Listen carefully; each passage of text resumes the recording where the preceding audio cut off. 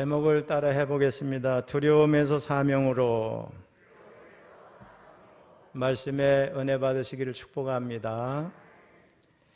우리가 살고 있는 세상에는 수많은 종교들이 있지만 기독교 외에 죽음의 문제를 해결한 종교는 없습니다. 학교 다닐 때 저등종교, 고등종교 이렇게 분류하면서 종교학을 공부했던 기억이 있습니다. 고등종교의 창시자들이 기여한 바가 많이 있지만, 업적도 많이 남겼지만 결국 그들도 사망을 이기지 못하고 무덤 속에 갇히고 말았습니다. 유교의 공자는 73세에 죽어서 중국의 공림이라는 곳에 무덤을 남겼고, 불교의 석가모니는 80세에 죽어서 인도에 무덤을 남겼습니다. 그리고 이슬람교의 마호메트는 63세에 죽어 사우디아라비아 메카에 웅대한 무덤을 남겼습니다. 돌아보니 중학교 때 경주로 수학여행을 갔던 기억이 있는데, 그때 왕들의 무덤을 보고 굉장히 놀랬던 기억이 있습니다. 어떤 무덤은 한 15m쯤 되고 어떤 무덤은 너무 커서 50m 정도 됩니다. 이집트에 여러 번 갔지만 또 이집트의 왕들의 무덤인 피라미드는 얼마나 큰지 사방 동서남북 각각 강면이 230m가 넘습니다. 높이가 146m, 2.5톤짜리 돌덩이가 230만 개가 사용이 됐고 무게는 무려 700만 톤에 이릅니다. 이렇게 옛날 사람들, 특별히 왕들은 죽은 다음에 무덤을 남기는데, 그것도 큰 무덤을 남기는데 얼마나 열심히 했는지 모릅니다. 하지만 예수님은 무덤을 남기지 않으셨어요. 남길 필요가 없다는 게 더 정확한 표현이죠. 왜 그렇습니까? 부활하셨기 때문에 그렇습니다. 누군가 기독교를 무너뜨리고 싶은 사람이 있다면 예수님이 묻힌 무덤을 찾아내면 됩니다. 그렇게 되면 우리 기독교는 하루아침에 무너질 겁니다. 그러나 절대로 그런 일은 일어나지 않습니다. 예수님은 죽은 자 가운데서 다시 부활하셨고 승천하셔서 지금 하나님 보좌 우편에 앉아 계십니다. 마지막 때에 심판자로 오실 줄로 믿습니다. 지금도 살아계신데 그분의 무덤이 있을 필요가 없겠지요. 성경은 예수님의 부활에 관해서 아주 반복적으로 많은 곳에서 말씀하고 있습니다. 그런데 그 어디에서도 부활이 논쟁거리가 된 적이 없습니다. 학문적인 토론의 대상으로 삼은 적도 없습니다. 예수님이 생전에 부활하실 것이라고 예언을 했고, 부활을 목격한 자들이 예수님이 부활하셨다고 선포했을 뿐입니다. 그러므로 어떤 사람도 어떤 종교도 흉내낼 수 없는 사실이 있는데, 그것은 바로 예수님이 부활하셨다고 하는 이 엄연한 사실인 줄로 믿습니다. 본문을 보면 주님이 부활하신 날 저녁이죠. 우리 시간으로 말하면 주일 저녁이 되겠습니다. 한 곳에 모여있던 배반자 가룟 유다와 도마가 그 자리에 없고 10명의 제자들은 막달라 마리아가 부활하신 주님을 목격했다는 사실을 전하고, 주님이 자신에게 했던 말을 다 전했지만은 제자들은 반신반의했습니다. 그들은 아직도 유대인들의 박해가 두려워서 문을 꼭 잠그고 있었습니다. 온갖 신경을 곤두세우고 밖에서 들리는 소리에 무슨 소린가 귀를 기울이고 있었습니다. 제자들의 두려움은 예수님을 잡아서 처형한 자들이 예수님의 제자들인 자신들까지 잡아서 처형할 것이라고 하는 두려운 마음에서 비롯됐고, 또 내면의 괴로움도 있었으리라고 생각합니다. 예수님과 함께 죽을 각오가 돼 있다고 호언장담했던 베드로는 3번이나 주님을 부인했고 다른 제자들도 다 도망치고 말았습니다. 그래서 자책감에 시달리면서 마음이 편하지 않았으리라고 생각을 합니다. 그런데 이렇게 두려워하는 제자들, 편치 않은 마음을 가진 제자들 앞에 부활하신 주님이 나타나셨습니다. 그리고 가운데 서셔서 이렇게 말씀하셨습니다. 너희에게 평강이 있을지어다. 이거는 이렇게 되기를 바란다는 기원이 아니라 선언입니다. 앞으로 그렇게 된다는 말이 아니라 즉시 평강이 임한다는 말씀입니다. 우리 19절을 같이 읽어보겠습니다. 이날 곧 안식구 첫날 저녁 때에 제자들이 유대인들을 두려워하여 모인 곳에 문들을 닫았더니 예수께서 오사 가운데 서서 이르시되 너희에게 평강이 있을지어다. 아멘. 여기 주님이 선언한 샬롬, 신학의 헬라어로는 에이레네 이런 말을 쓰는데, 이 평강은 세상이 말하는 평화나 세상이 말하는 평안이 절대 아닙니다. 여기서 말하는 평강은 바로 하나님과의 올바른 관계에서 오는 것이고, 어떤 의미에서 하나님과 화목한 관계 그 자체를 말하는 거예요. 하나님의 백성이 하나님과의 올바른 관계에 서지 못할 때 평강은 곧바로 깨지게 됩니다. 주님은 첫사람 아담이 하나님께 죄를 범해서 깨뜨려진 하나님과의 화목한 관계를 회복하시기 위해서 사람의 몸을 입으시고 이 세상에 오셨고, 십자가에서 죽으시고 장사 지낸 바 되셨다가 부활하신 줄로 믿습니다. 그러므로 자신의 그 십자가에서의 대속적 죽음 때문에 이제 믿음의 사람들이 하나님과 화해하고 그로 인해 평강을 누리게 되었음을 선언하는 말씀이 너희에게 평강이 있을지어다, 이 말씀이에요. 특별히 십자가상에서 마지막으로 숨을 거두기 전에 다 이루었다 하신 말씀, 이것의 논리적 귀결이 부활하신 첫날 하신 말씀, 너희에게 평강이 있을지어다, 이 말씀이에요.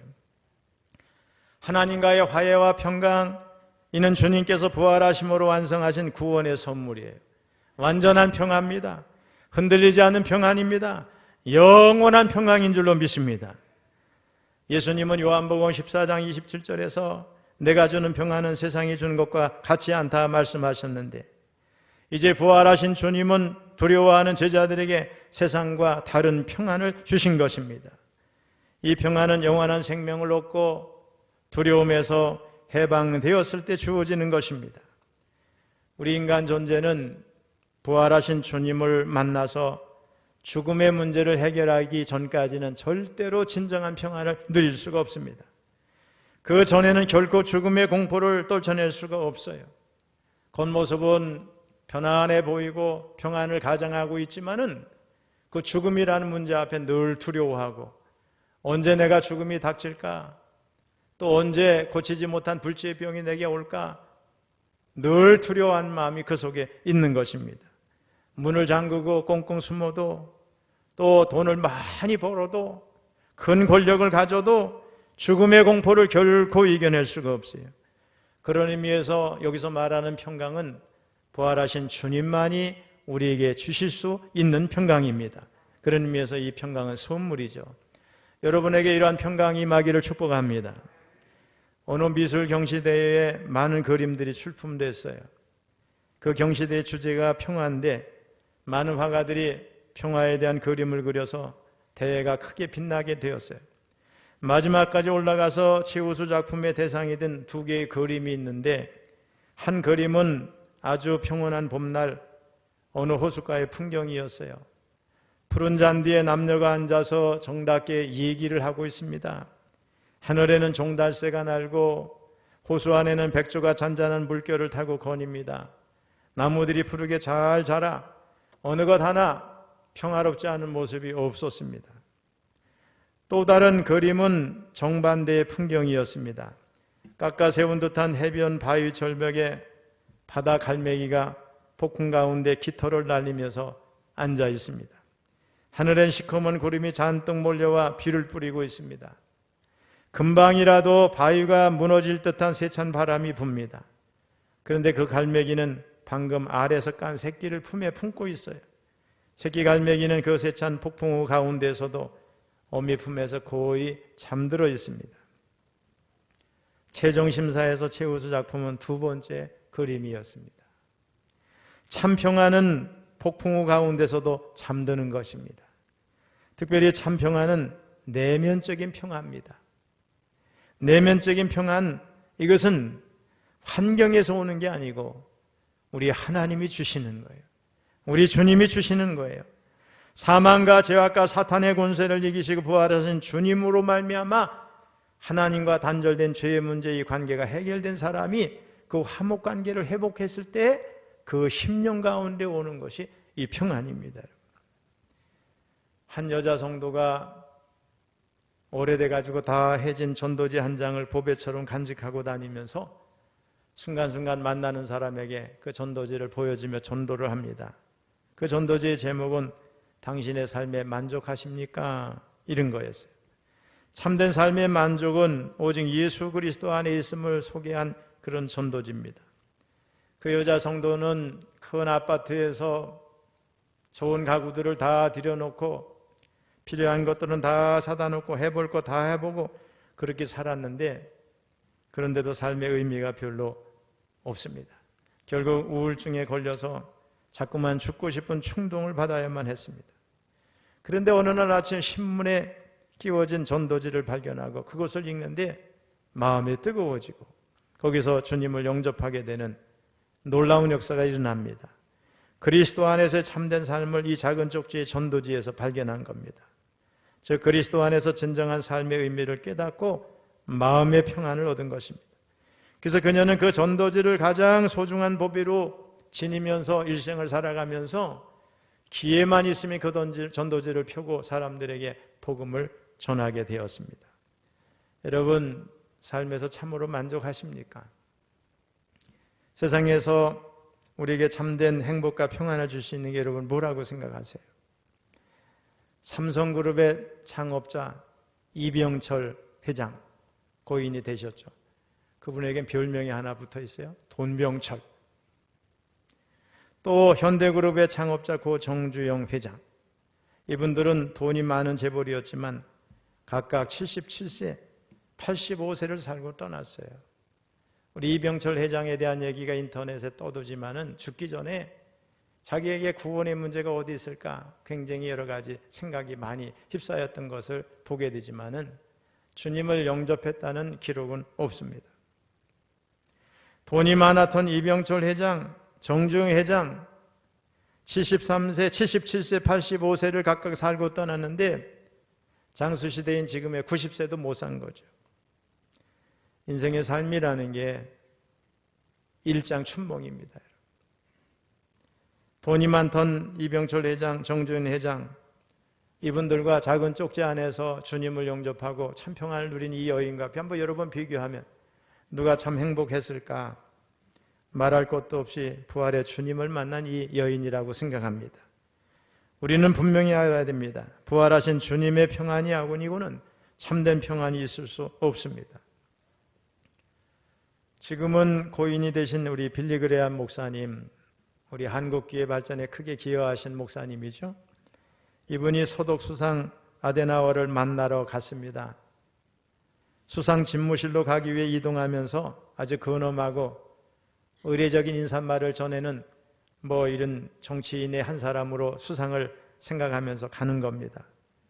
그런데 막상 만나서 인사가 끝나자마자 수상이 됐던 빌리 그레암 목사님에게 이렇게 말을 합니다. 빌리 그레암 목사님, 이 세상에서 가장 중요한 일이 무엇인가요? 아니 근데 목사님이 대답도 하기 전에 자기가 먼저 대답을 합니다. 예수 그리스도의 부활이지요. 그러면서 이런 말을 덧붙입니다. 예수님이 살아계시니 세상에는 소망이 있습니다. 예수님이 살아계시니 참된 평안이 있습니다. 그리스도의 부활은 역사상 가장 믿을 수 있는 사실 가운데 하나입니다. 그래서 저는 은퇴하면 예수님의 부활에 관한 과학적인 증거를 수집하면서 남은 생애를 살 계획입니다. 이 말을 듣는데 빌리 그레암 목사님 마음이 막 뜨거워지고 충격을 받은 거예요. 대단한 사람이구나. 이렇게 부활을 확실히 믿고 소망 가운데 사는 자의 삶에 평안이 있고 삶의 목적도 분명할 줄로 믿습니다. 특별히 예수 그리스도의 부활을 믿으면 인간의 죽음에 대한 모든 두려움은 순식간에 사라지고 기쁨이 찾아오게 됩니다. 오늘 본문을 보면 평안을 선언하신 예수님이 제자들에게 손도 보여주시고 옆구리도 보여주세요. 제자들이 손과 옆구리를 보는 순간 십자가에 못 박힌 우리 스승 되시는 주님이 맞구나. 주님이 말씀하신 대로 부활하셨구나. 주님이 부활하셨다면 이 다음에 우리도 영생을 얻는다고 했는데 그렇구나. 여러분, 믿음이 생기니 마음을 덮고 있던 슬픔의 그림자가 걷히고 막 기쁨이 샘솟아납니다. 두려움이 다 사라지고 기뻐하게 되었다고 오늘 본문은 말씀합니다. 우리 20절을 읽어봅니다. 시작. 이 말씀을 하시고 손과 옆구리를 보이시니 제자들이 주를 보고 기뻐하더라. 제자들은 주님의 제자로 선택을 받고 지난 3년 동안 주님을 따라다니면서 놀라운 일이 얼마나 많았는지요. 신나는 일이 얼마나 많았는지 몰라요. 가르쳐 주시는 천국 복음은 성의꿀보다도 더 맛이 있었어요. 병자를 고치고 죽은 자를 사실 땐 막 충격을 받으면서도 예수님의 제자가 된 자부심 때문에 너무 신이 났어요. 또 예수님을 어떻게든 걸고 넘어지려는 종교 지도자들이 와서 뭐 이런저런 얘기를 할 때 예수님이 말씀 한마디를 슬쩍 하시면 꼼짝도 못하는 모습을 보면서 얼마나 예수님의 제자들로서 긍지를 지녔는지를 몰라요. 특별히 예수님이 장차 메시아 왕국을 세우게 될 때에 자신들이 누리게 될 영광을 생각하면서 얼마나 마음이 들떠 있는지 몰라요. 공생애 때 예수님의 제자들은 예수님이 세상 왕국을 세울 것으로 착각을 한 거죠. 그랬는데 그 예수님이 예루살렘에 오셔서 산헤드린 공회에서 파송된 일단의 무리들에게 체포가 돼서 재판을 받으시고 빌라도 법정에 재판받으시고 군병들에 의해서 십자가에 매달려서 험하게 죽으십니다.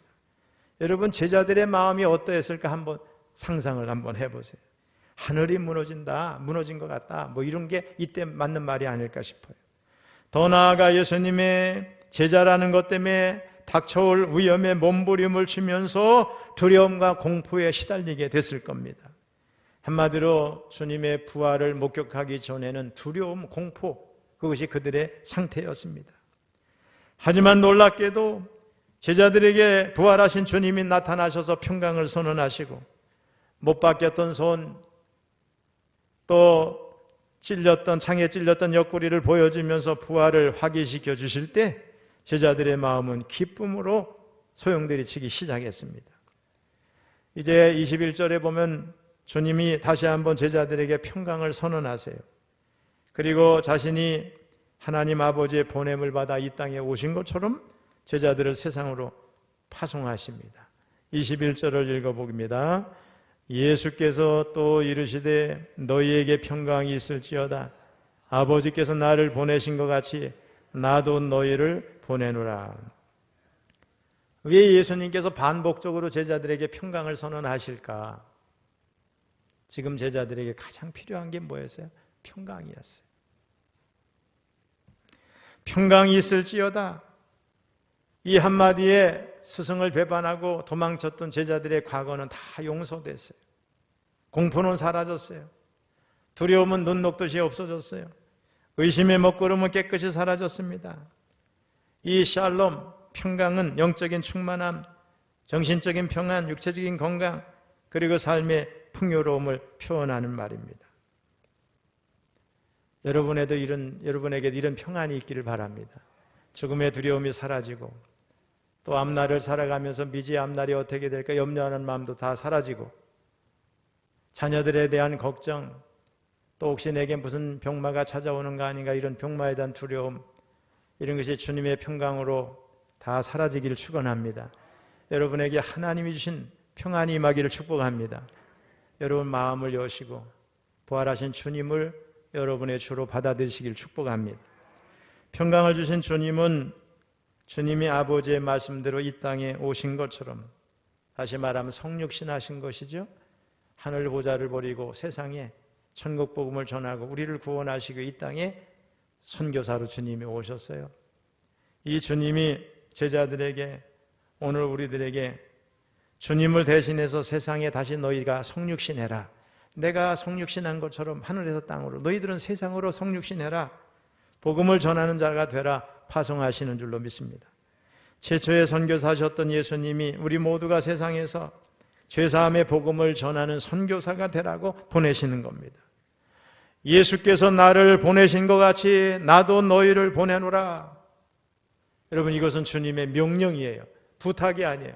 명령은 순종해야 됩니다. 복종해야 됩니다. 성도는 그리스도의 군병들입니다.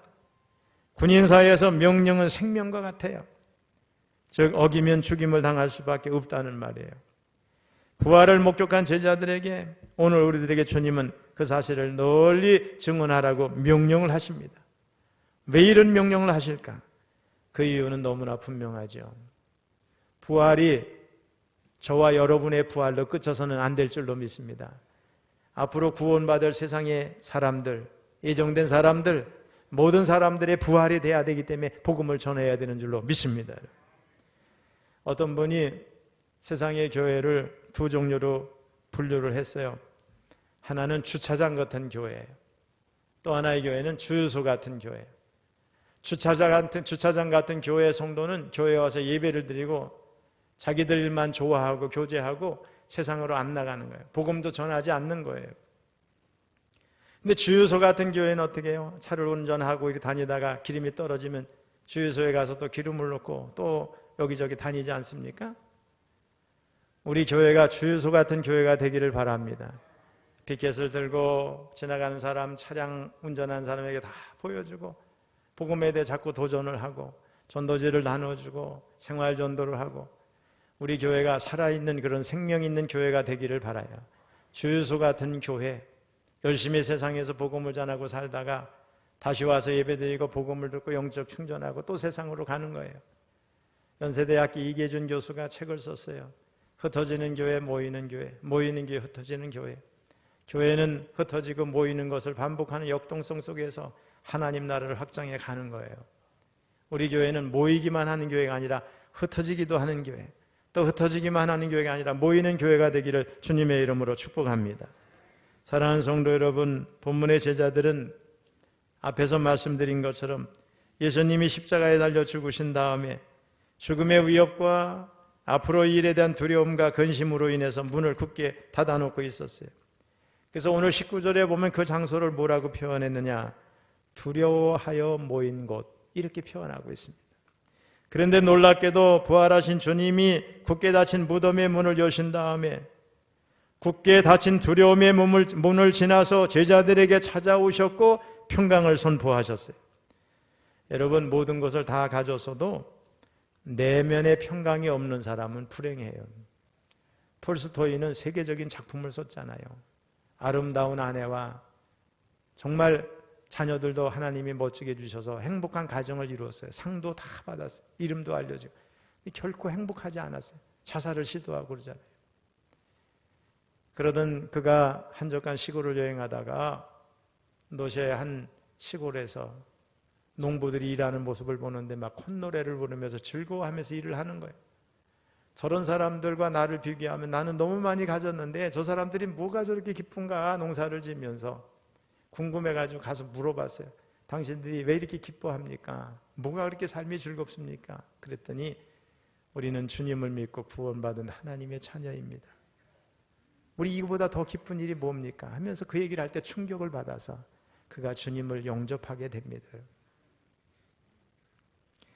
여러분의 내적인 평화, 평강 이런 것이 여러분을 지배하기를 바랍니다. 오늘 예배를 드리는 분들 주님의 부활이 여러분의 부활입니다. 우리 죽어도 천국 갑니다. 죽음은 두려움의 문제가 아니라 천국 가는 하나의 관문을 통과하는 일이에요. 그렇다면 여러분, 이보다 더 기쁜 소식이 어디 있어요? 이 구원의 소식이 여러분의 소식이 됐으니 여러분에게 주님이 주신 평화가 임하기를 바랍니다. 평강이 임하기를 축복합니다. 초대교회 시대에는 예수 믿는 사람들에게 박해가 너무 심했어요. 원형 경기장 안에 예수 믿는 사람들을 몰아넣어서 굶주린 사자를 풀어놓고 잡아 먹게 했어요. 그런데 박해자들이, 구경하는 사람들이 놀랐던 것은 그리스도인의 얼굴에 말로 표현할 수 있는 평안이 있었다는 거예요. 살려달라고 애원하고 소리치고 난리를 펴야 쾌감을 느낄 텐데 전혀 그렇지 않았어요. 죽음 앞에서도 주눅들지 않는 그리스도인들의 모습에서 또 말로 표현할 수 없는 메시지에 그들이 압도당했어요. 스데반 같은 경우는 돌에 맞아서 죽어가는 순간에도 천사의 얼굴을 했다고 기록하고 있습니다. 성경에. 어느 로마 황제는요, 어느 날 조회에 참석한 신하들을 이렇게 보니까 자기 신하들 가운데 몰래 예수 믿는 사람들이 누군지를 다 알잖아요. 예수 믿는 신하들의 눈을 보니까 총기가 있는 거예요. 그런데 예수 믿지 않는 사람들은 어떻게 하면 몰래 빼돌릴까? 어떻게 하면 남보다 높은 권력을 차지할까? 눈이 다 그런 욕심으로 가득 차 있고 속된 표현으로 눈이 동태눈깔 같더래요. 마음속으로 그래 충격을 받고 내가 이 나라를 경영하고 이끌어갈 때 저 예수 믿는 사람들을 쓸 건가? 저 동태눈깔 같은 욕심꾸러기들을 쓸 건가? 이런 생각을 했다는 기록이 있습니다. 어떻게 이런 일이 가능한 것인가? 그것은 저들이 주님의 부활을 통해서 내면의 평강을 누리고 사명의 길로 들어섰기 때문인 줄로 믿습니다. 다시 말하면 따라해서 두려움에서 사명으로 그들의 심령 상태가 이렇게 달라진 것입니다. 우리는 지금 부활을 확신하는 부활의 증인이 되기를 바랍니다. 주님은 이 사명의 모범이셔요. 21절에 보니까 하나님이 나를 보내신 것 같이 하나님이 보내셨어요. 사명이 분명했어요. 또 주님은 이 사명의 파송자가 되세요. 나도 너희를 보내노라. 이렇게 보냄받은 자들을 사도라고 말해요. 아포스토로스, 보냄받은 자, 사도가 보냄받았다는 거예요. 이 사도성은 제자들을 거쳐 오늘날 교회를 통해 계승되고 있습니다. 이제 믿는 우리들이 오늘날 세상을 향한 부활의 증인입니다. 지금부터 137년 전 1885년 4월 5일 우리 감리교회 최초의 선교사 아펜젤로 목사님 부부가 우리 이 땅에 입국을 합니다. 동방의 한 나라, 알려지지 않는 나라, 은둔의 나라, 비행기가 있는 것도 아니고 배를 타고 멀미하면서 몇 개월에 걸쳐서 우리나라에 들어왔어요. 그날 아펜젤로 선교사가 일기장에 이렇게 기록을 했어요. 우리는 부활절에 이곳에 들어왔습니다. 사망의 빗장을 산산히 무너뜨리고 부활하신 주님, 이 나라 백성들의 얽매여 있는 굴레를 끊어사 저들에게 하나님의 자녀가 누리는 빛과 자유를 허락하여 주소서. 얼마나 놀라워요. 137년 전에 아펜젤러가 이런 기도를 했고 그 기도는 지금 이 땅에서 이루어졌습니다. 예수 믿는 사람들이 네 사람 중에 한 사람은 예수 믿는 사람 아니에요. 우리 한국교회가 얼마나 열정이 있고 열심히 있어요. 여러분, 아펜젤러의 기도가 우리의 기도가 되어야 될 줄로 믿습니다. 사망의 빗장을 산산히 무너뜨리고 여러분 자녀에게 있는 사망의 빗장, 여러분 가정에 있는 사망의 빗장, 여러분 친지와 이웃에게 있는 사망의 빗장을 복음의 증인으로서 산산히 무너뜨리시기 바랍니다. 여러분. 그리고 하나님의 자녀가 누리는 빛과 자유를 허락하여 주소서. 이것이 우리의 기도가 되어야 될 줄로 믿습니다. 오늘 부활의 주님을 통해 하나님과 화목하고 평안을 얻은 우리 모두는 부활의 증인이 돼서 아펜젤러 선교사님처럼 아직도 사망의 굴레에 매어 있는 사람들을 구원하는 사명을 감당하는 데까지 나아가야 될 줄로 믿습니다. 우리 철원교회 모든 성도님들이 이런 성도들이 되시기를 주님의 이름으로 축원합니다. 축원합니다.